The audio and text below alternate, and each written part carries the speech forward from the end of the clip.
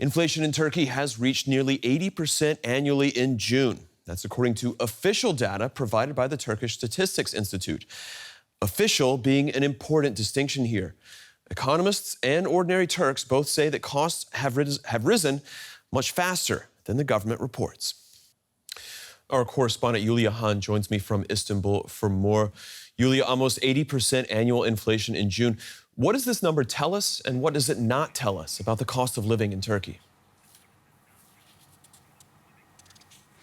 Well, this number, Stephen, comes from Turkey's State Statistics Agency, as you mentioned, and it's already an eye-popping figure. But what's striking is many Turks no longer believe the official data. They think inflation is much higher. So do opposition politicians and economists who have started to openly question the reliability of the government's figures on inflation.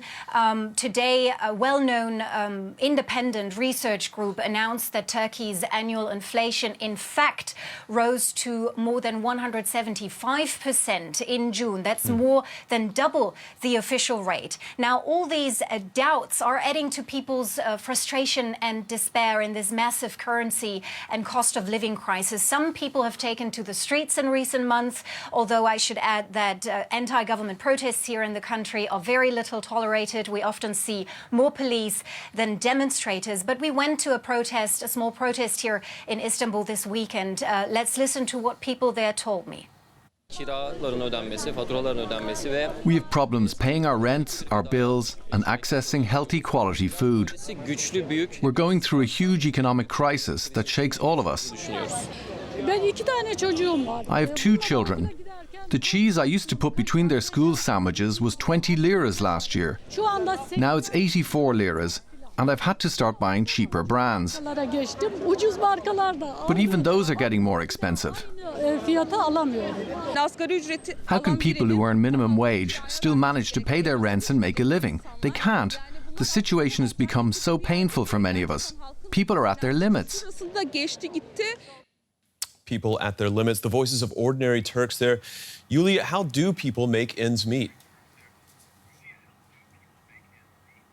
Well, I've heard all kinds of strategies, how people are trying to get by, especially those who have to survive on a minimum wage or a pension. They buy less, consume less, obsessively compare prices. They are working a second or third job. They don't travel.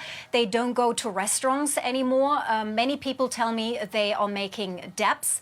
And many young people tell me their only plan is to somehow leave Turkey and try to live abroad. So this crisis has really hit the Turkish middle class and the poor, of course, and that's devastating. And what does the government say to this kind of reaction?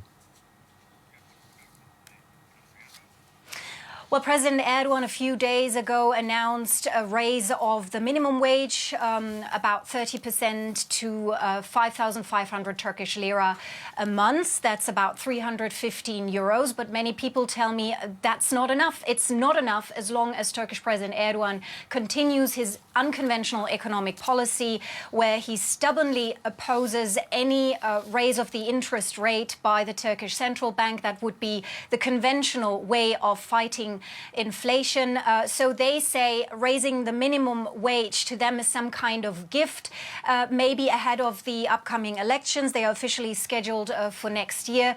President Erdogan is running for re-election, but his popularity ratings have suffered greatly because of this economic crisis. So this might be an attempt to calm people down, but many people also tell me they no longer believe that President Erdogan is the man who can solve this crisis.